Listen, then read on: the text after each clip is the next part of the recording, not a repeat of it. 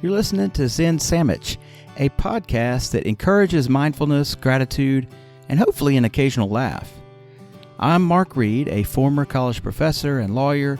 Now I live in the countryside of Japan, make traditional Japanese paper, and try to make myself and the world a little better today than it was yesterday. I'm here twice a week, either with research and observations, or talking with inspiring, artistic, and influential people. The idea is to bring some calm and kindness to the world and help you do the same. Hey, here we are. Back with me today, by popular acclaim, is Caroline Exum. And when you become a regular on the show, which at 2 times now counts as a regular, you're no longer introduced as a guest. So here is my visiting co-host, Caroline Exum. Caroline's been doing stand-up comedy. You didn't know that you've been promoted already. Caroline's been doing stand-up comedy for over 20 years. Her first gig was famously at a Golden Corral buffet. I love that story.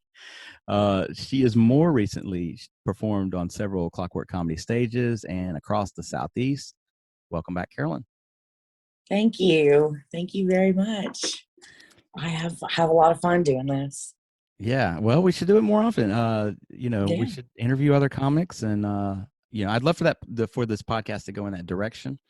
I purposely, I left the show wide open to take on a life of its own wherever it goes, and I love talking about comedy. So here we go. Before I dive right in, if you're watching on YouTube, just go ahead and hit that subscribe button now. I hate asking.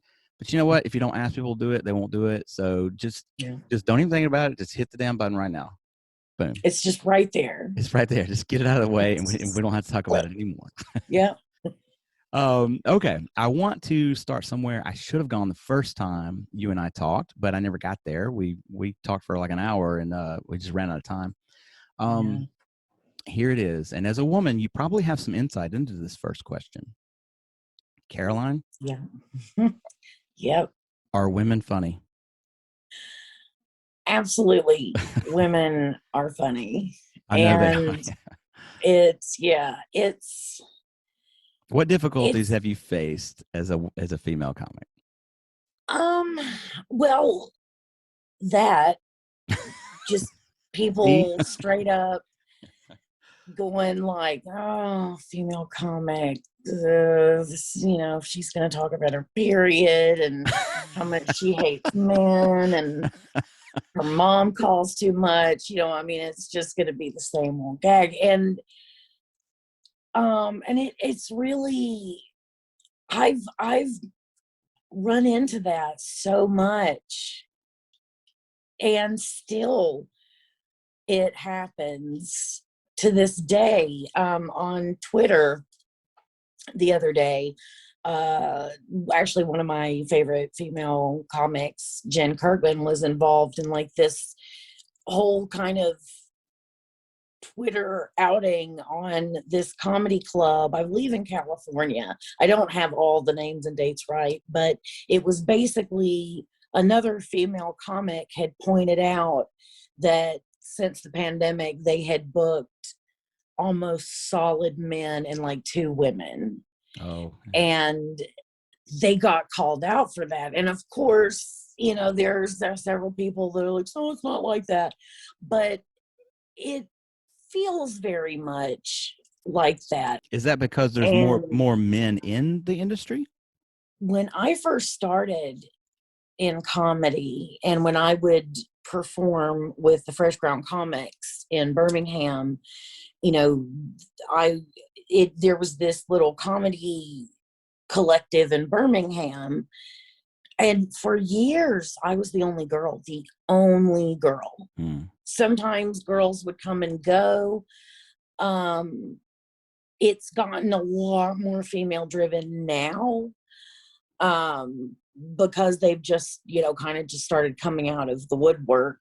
And I don't know if it's the fact that sometimes men aren't that welcoming to women in comedy. I have 2 sort of theories on it.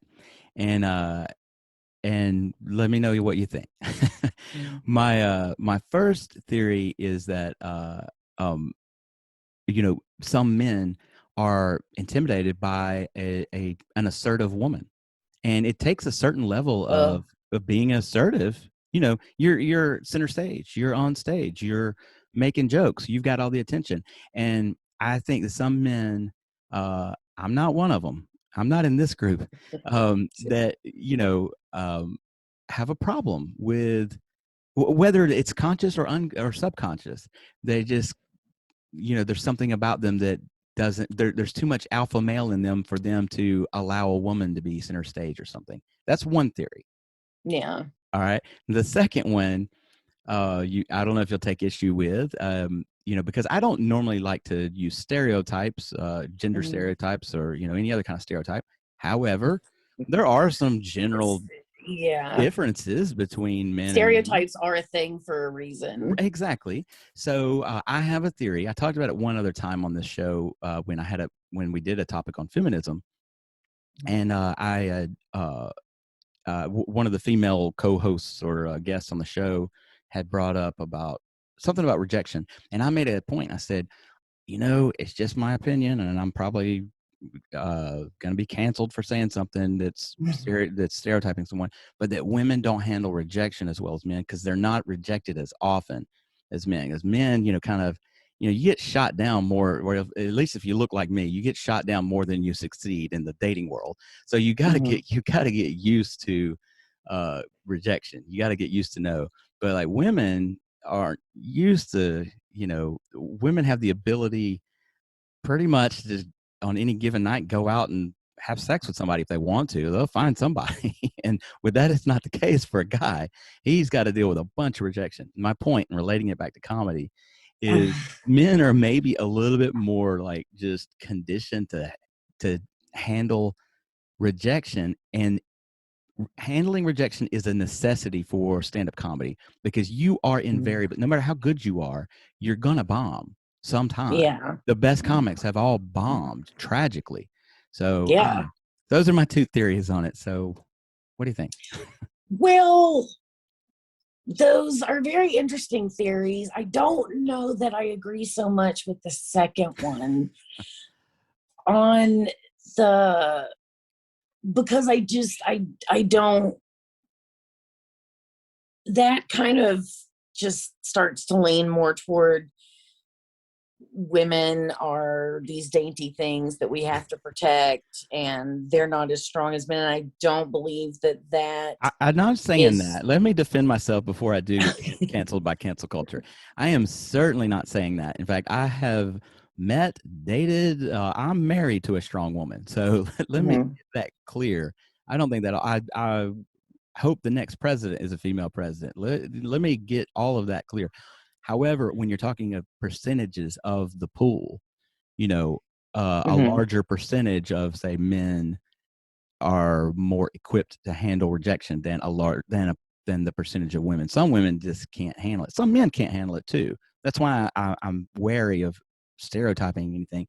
Just saying, if you're talking percentages, statistics here, there might be more men able to handle rejection than I don't know. I'm still not with you on that, because I've seen men throw an absolute temper tantrum over I'm sure stuff before, whereas a female has been a lot cooler about it, because females for so long have been conditioned to just smile and be pretty and not complain and not say what they're feeling. And so, women aren't allowed to feel anything about rejection. So, I think women are not given enough credit. Well, that's for sure across the board. Yeah. A third reason, the audiences are more, there's more men than women, right? Because I have tried to talk comedy with, I've like past relationships I've had with women, I've always been a fan of stand-up comedy, and them not so much, or friends that are female that I've had, I've wanted to talk about stand-up comedy and they don't find it as funny as I do. So the audience is more male. I remember I did a show in England and I competed in like some kind of competition. I can't remember what it was, but the audience was, I would say, probably 90% male. Yeah. And I looked around the room and I was like, I was the only female comic performing that night. And I looked at my friends and I was like, I'm not winning this. And I have friends, like I have this friend Jordan, and she's very new to comedy. She's a female. And she's already been hit with the, you're cute. Maybe you want to go out, or maybe, and, she's like, and when she first started out and we were like, that's not okay. That you do not need to be. And she was like, well, I didn't want to step on anybody's toes because I'm new and I didn't know. This is like an audience member or something, or this is like somebody. Oh, no. This was a guy that books open mics around here. Yeah. Books comedy shows. And she just had contacted him. She had gone to a show that he was on and she contacted, she's like, how do I, get on one of your shows? And she started getting text messages from him that sucks. Were very This is inappropriate. But this is Louis C.K. territory here. It is. And that's the thing. It's like, it's still such a dangerous place for females. And I think maybe, there are females that just don't want to deal with that. It just is a lot hard. I mean, it's not as hard as it was back when Joan Rivers first started. Well, that's a good point. Last time you mentioned Paula Poundstone as an influence, and who are the great female comics, past and present? I mean, past, like who were obviously Joan Rivers kind of, I don't want to say paved the way. She wasn't the first, but she really opened the door, I think, for female comics. She did. I mean, she was definitely.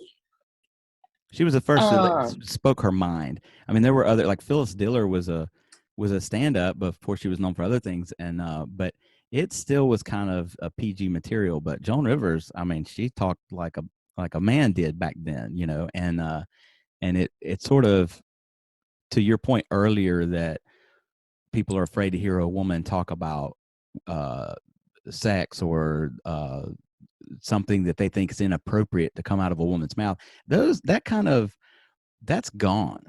Those kind of like inhibitions or prohibitions of that kind of, I mean, you got Nikki Glaser and Whitney Cummings and Amy Schumer talking about anything and everything these days. And I mean, it's an open mic.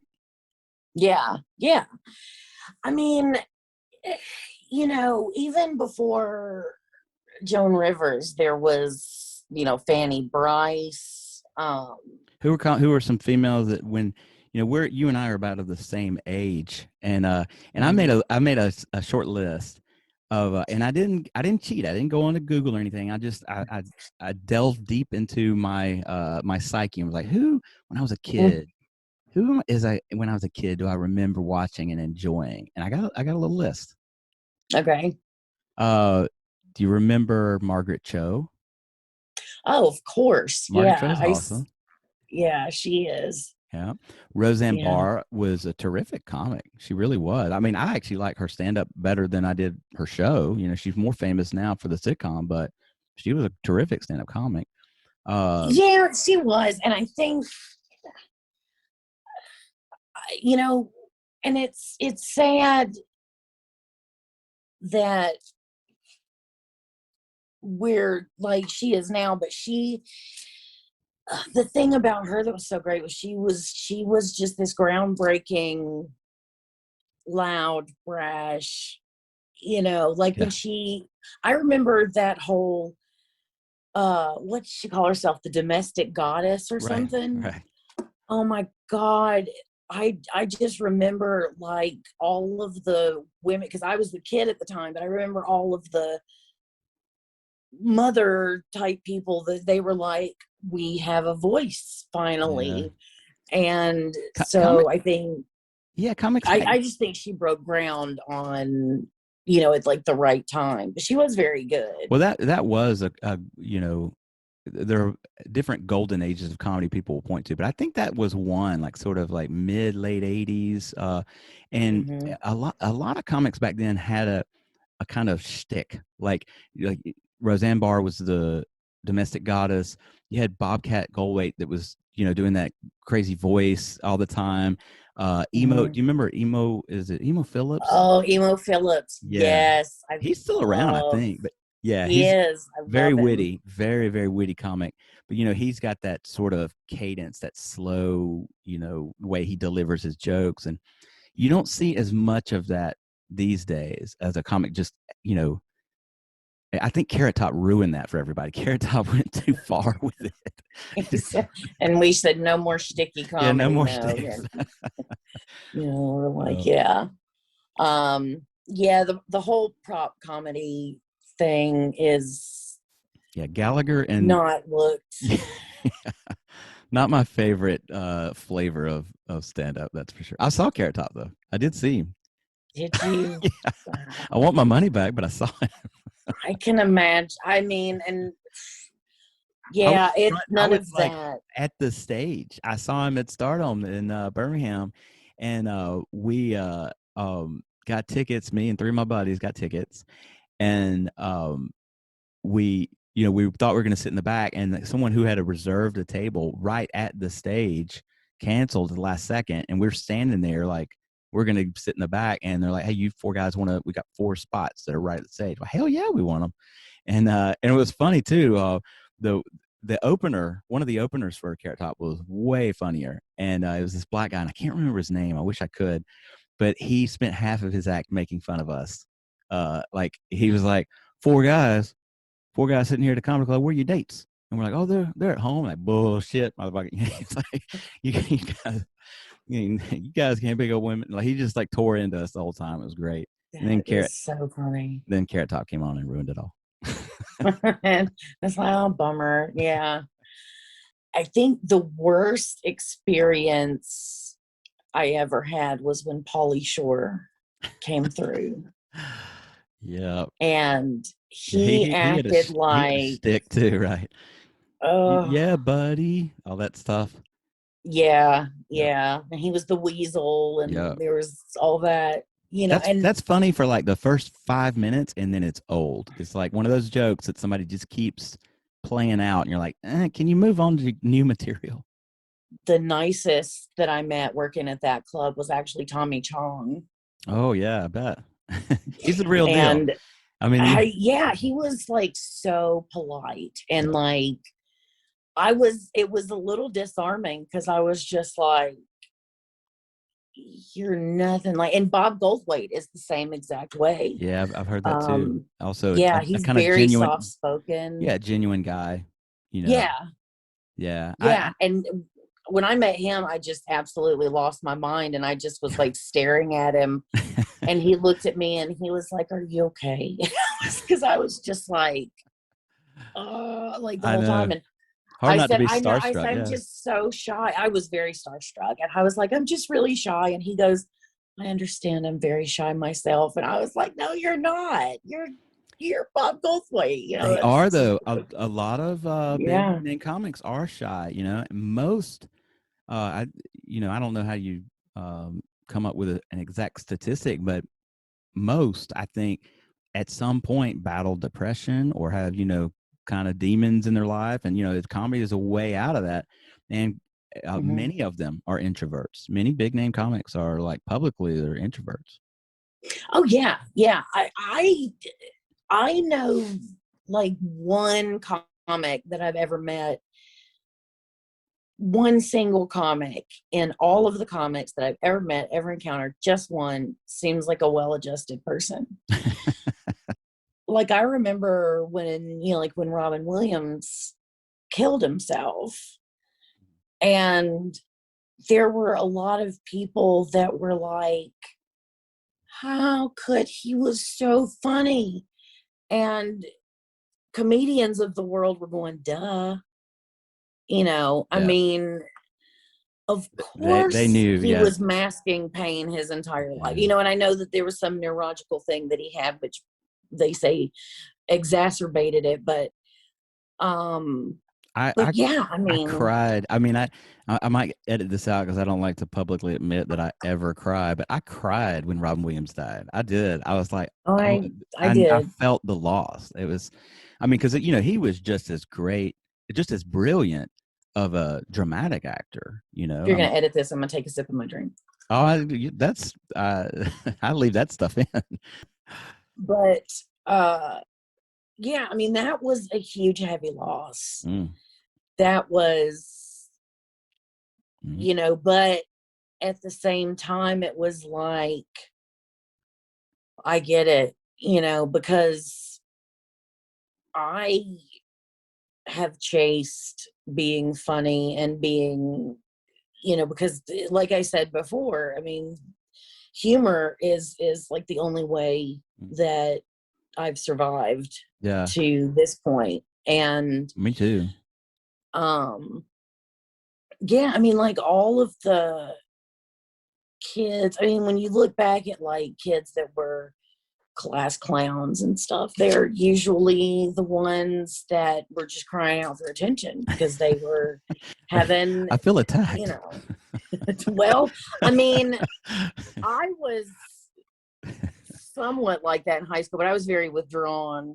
Well, the thing about the being an introvert, okay, so I was class cut up for 3 years in high school, and Hmm. as voted by my fellow classmates. However, you know, I I didn't I didn't like always or the pressure to always perform, because there are sometimes when I'm like, I really just don't want to talk to anybody. I just want to like get into my book right now or whatever. When I went to college, that was high school. When I went to college, I did a 180. I was just a nerd. I didn't talk to anybody. I just, I didn't even really have a party college experience. I went to grad school later and caught up with lost time. But in college, I went to the University of Alabama.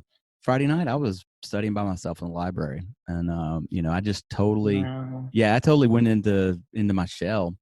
But but I've thought about like nighttime um talk show hosts, Jimmy Kimmel and Jimmy Fallon, and back the biggies, Dave Letterman and Johnny Carson. Hmm. I think about them having to perform every day, and I got to see Letterman actually. I went to a live Letterman show. Oh. Yeah, that was badass in the Ed Sullivan Theater and everything.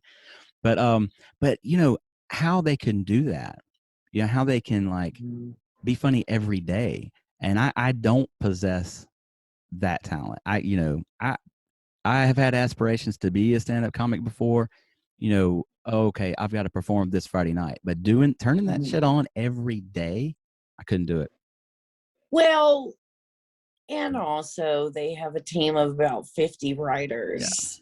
I mean, I would love to have a gig like that someday. I mean, I don't know at 40 something if that will ever play out for me, but The writer life is, this is why you hear a lot about that they're the unsung heroes of comedy. It's more stressful because the pressure mhm. because the thing is, you can fire and replace a right. You can't fire Conan. You can't fire Jimmy Fallon. They're the face of the brand, right? So, Right, but you can wad up and throw out one you of the can toss out a right. writers. So the writer's got to be Hmm. fun, has to be funny. But Jimmy Oh, there's a Fallon, lot of pressure. Yeah. yeah. I mean, Yeah. Jimmy Kimmel can bomb a joke and then just make a joke about how that joke sucked, and then he's funny again. but whoever wrote that joke is like, oh shit, I just my joke bomb. Yeah. Yeah. And I interesting that I met David Sedaris actually several times, but the first time I ever met David Sedaris, because I'm a huge fan, but I met, one of the great things about David Sedaris is he literally will talk to every single person. Like, he will have, even if it's just a minute, he will have a conversation with you. Oh, nice. And he asked me what I did, and I said I was a stand-up comic and that I also wanted to be a screenwriter. And this was years ago. And at the time I was writing a screenplay, which never has gotten finished. But he was like, oh my God, he's like, I cannot imagine how awful it is to be a stand-up comic. And I was just like, cool. And he was like, because he's like, because you have to be funny. And he was talking about how, like, when he's doing book readings and people will, introduce him as the hilarious David Sedaris. And then he's like, now I have to be funny, because they're expecting me to be funny, Yep. And I was like, David Sedaris gets it. Because it really is. I mean, it's just like, oh God. And people that want you to perform on demand, like, hi, I'm a stand-up comic. Tell me a joke. No, I don't. Especially if you're a storyteller type comic, like I can see a one-liner comic like Anthony Jeselnik or Mitch Hedberg when he was alive. They're locked and loaded with 1,000 one-liner jokes, but I prefer like a Patton Oswalt. You have to kind of pay attention for 5. You got to have more than, you can't have attention deficit disorder. You've got to follow his story for about 5 minutes before you get to the hilarious stuff that comes at the end. Yeah. I don't like to, perform on demand like that. So, I'll wrap it up here in a second. Did David Sedaris give you his business card since you were, aspiring to be in the field? No, but he signed in my book. In the first book that he signed, I have 3. He signed, I look forward to seeing your movie. And nice. It was so sweet. And then a few years ago, I saw him again, and I was like, oh my gosh, I saw you before, and I love you so much. And he had complimented me because I was wearing this very flowy bohemian sort of thing, and he was like, you look, very like a gypsy. And I was like, oh. And I told him about the writing, and he was like, well, how is your writing going? And I said, not great. And he was like, well, can I give you some writing advice? And I was like, yes. And he told this little story about how he burned his hand, and then he stuck this little tiny, those little novelty hands. It's like a hand that you stick on your finger. Mm-hmm. He was like, I think I burned my hand, and it shrunk. And it was this whole big thing. And then he gave that hand to me. Wow. And he goes, this is to remind you to use a light touch with your writing. And I still don't know what that quite means, but I was still just like, oh my God. And then he signed in my book, We Meet Again, Enchantress. Nice. And I died. I mean, I just literally died in that moment. That's awesome. I will actually end it on that. I was gonna, your encounter with David Sedaris reminded me of when I met Ron Jeremy, and he did give me his business card, and I called him later. If he weren't in jail right now, I would call him to be on this podcast. But I'll save that story for another time. I like yours better. Yes. I'll tell you when we get off here, and then maybe we'll bring it up again some other time. Yeah. But that's it for this time. Again, I am gonna hound you. Hit subscribe, like, notification bell, all that shit. Hook the show up. Do it. Support us, Amy and me both. Share, yeah. Go to patreon.com/Zen Sammich and buy us a taco. Last time I said buy us a beer, or a cup of coffee, whatever. Something that's $3. Buy it for us. You can support the show. Buy us a couple of tacos. There's a $5 and $10 option as well. Regardless, I love tacos. Me too. I was like, that works for me. Regardless, thanks for listening and or watching. Write the show a message. I got one from Mary Wiley recently. I got one a while back from a gentleman named Tim Cook. Heather Poor gets a shout out as well. Someone who helps out the show. Yeah, you know Heather. I enjoy getting listener feedback from you guys. Send it to me at zensammich@gmail.com. Caroline, thanks, buddy. I love talking comedy. Yes. We'll do this again very soon. Awesome.